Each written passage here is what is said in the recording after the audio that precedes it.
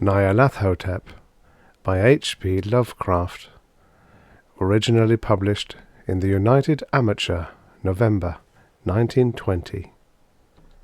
Narrated by Tom Trussel. Nyarlathotep, the crawling chaos. I am the last. I will tell the audient void. I do not recall distinctly when it began, but it was months ago. The general tension was horrible.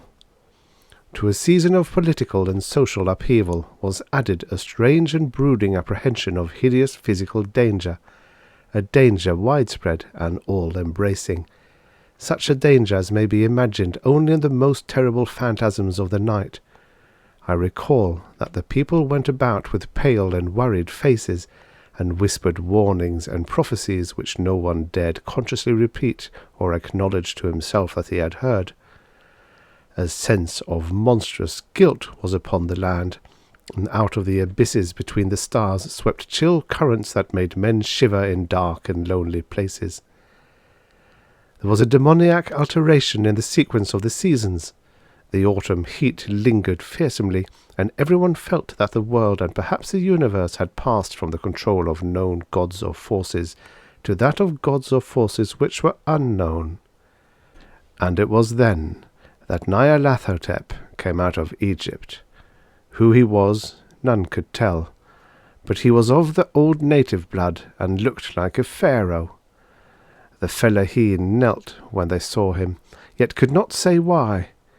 He said he had risen up out of the blackness of 27 centuries, and that he had heard messages from places not on this planet. Into the lands of civilization came Nyarlathotep, swarthy, slender, and sinister, always buying strange instruments of glass and metal, and combining them into instruments yet stranger. He spoke much of the sciences, of electricity and psychology, and gave exhibitions of power which sent his spectators away speechless, yet which swelled his fame to exceeding magnitude. Men advised one another to see Nyarlathotep, and shuddered. And where Nyarlathotep went, rest vanished, for the small hours were rent with the screams of nightmare. Never before had the screams of nightmare been such a public problem. Now the wise men almost wished they could forbid sleep in the small hours, that the shrieks of cities might less horribly disturb the pale pitying moon as it glimmered on green waters gliding under bridges, and old steeples crumbling against the sickly sky. I remember when Nyarlathotep came to my city, the great, the old, the terrible city of unnumbered crimes. My friend had told me of him, and of the impelling fascination and allurement of his revelations, and I burned with eagerness to explore his uttermost mysteries. My friend said they were horrible and impressive beyond my most fevered imaginings, that what was thrown on a screen in the darkened room prophesied things none but Nyarlathotep dare prophesy, and that in the sputter of his sparks there was taken from men that which had never been taken before, yet which showed only in the eyes. And I heard it hinted abroad that those who knew Nyarlathotep looked on sights which others saw not. It was in the hot autumn that I went through the night with the restless crowds to see Nyarlathotep, through the stifling night and up the endless stairs into the choking room. And shadowed on a screen I saw hooded forms amidst ruins, and yellow evil faces peering from behind fallen monuments. And I saw the world battling against blackness, against the waves of destruction from ultimate space, whirling, churning, struggling around the dimming, cooling sun. Then the sparks played amazingly around the heads of the spectators, and hair stood up on end, whilst shadows more grotesque than I can tell came out and squatted on the heads. And when I, who was colder and more scientific than the rest, mumbled a trembling protest about imposture and static electricity, Nyarlathotep drave us all out, down the dizzy stairs into the damp, hot, deserted midnight streets. I screamed aloud that I was not afraid, that I never could be afraid, and others screamed with me for solace. We swore to one another that the city was exactly the same, and still alive, and when the electric lights began to fade, we cursed the company over and over again, and laughed at the queer faces we made.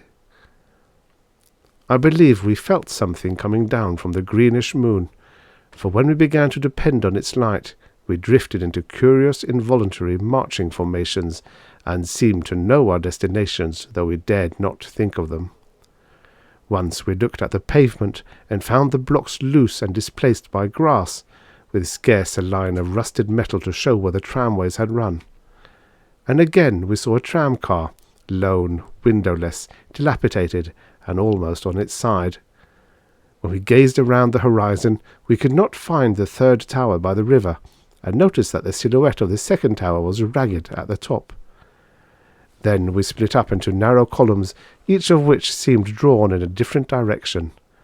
One disappeared in a narrow alley to the left, leaving only the echo of a shocking moan. Another filed down a weed-choked subway entrance, howling with laughter that was mad. My own column was sucked toward the open country, and presently felt a chill which was not of the hot autumn, for as we stalked out on the dark moor, we beheld around us the hellish moon-glitter of evil snows. Trackless, inexplicable snows, swept asunder in one direction only, where lay a gulf all the blacker for its glittering walls. The column seemed very thin indeed as it plodded dreamily into the gulf. I lingered behind, for the black rift in the green-litten snow was frightful, and I thought I had heard the reverberations of a disquieting wail as my companions vanished. But my power to linger was slight. As if beckoned by those who had gone before, I half floated between the titanic snowdrifts, quivering and afraid, into the sightless vortex of the unimaginable. Screamingly sentient, dumbly delirious, only the gods that were can tell.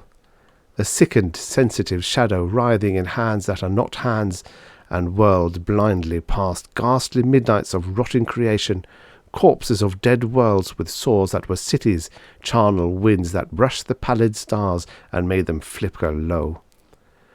Beyond the world's vague ghosts of monstrous things, half-seen columns of unsanctified temples that rest on nameless rocks beneath space, and reach up to dizzy vacua above the spheres of light and darkness. And through this revolving graveyard of the universe, the muffled, maddening beating of drums, and thin monotonous whine of blasphemous flutes from inconceivable unlighted chambers beyond time, the detestable pounding and piping whereunto dance slowly, awkwardly, and absurdly the gigantic, tenebrous, ultimate gods, the blind, voiceless, mindless gargoyles whose soul is Nyarlathotep.